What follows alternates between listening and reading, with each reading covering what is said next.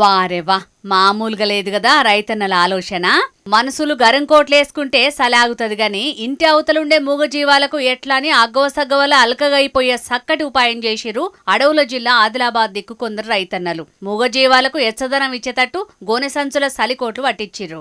ఉపాయం ఉన్నోడు ఉపాసం ఉండడంటే గిదే కావచ్చునోల్లా. మూగజీవాలకు అప్పటికప్పుడు ఏదన్నా సౌలతులు చేయాలంటే ఎంతో ఖర్చు అవుతుంది. గివైతే అల్కగా అగ్గువలు ఒడిచిపోతాయని పాత గోనె సంచులను పాకలల్లుండే పశువులకు ఇంట్లో పెంచుకునే పెంపుడు కుక్కలకు జుట్టి సలికెంచి బయటపడే ఉపాయం చేసిర్రు. చలి పెడితే గోనె సంచులు కప్పుతున్నాం అంతేగా. గోనె సంచులు మంటలు పెట్టుడు అనుకుతున్నాయి. మంచులకు ఆగినట్టు దగ్గర మంట పెడితే గప్పుడు అనుకుడు బంద్ అవుతున్నాయి. అంత ఘోరం ఉన్నది. ఇక ఆ చలితోని గాలికుంటొస్తున్నాయి, కొన్ని అనుకుంటా చనిపోతున్నాయి. పశువులకు కూడా చాలా ఇబ్బంది అవుతున్నది. వాటికి దగ్గర మంటలు, చలి మంటలు కానీ ఇట్లా గోనె సంచులు కానీ కప్పడం జరుగుతున్నది. కొట్టాలలో పెట్టినా కానీ కొన్ని ఇట్లా అనారోగ్యం కొన్ని చనిపోవడం జరుగుతున్నది. గాలికుంట వస్తున్నది, డొబ్బ అనుకుతున్నది. అవిటి కూడా పెద్ద ఇబ్బంది ఉన్నది.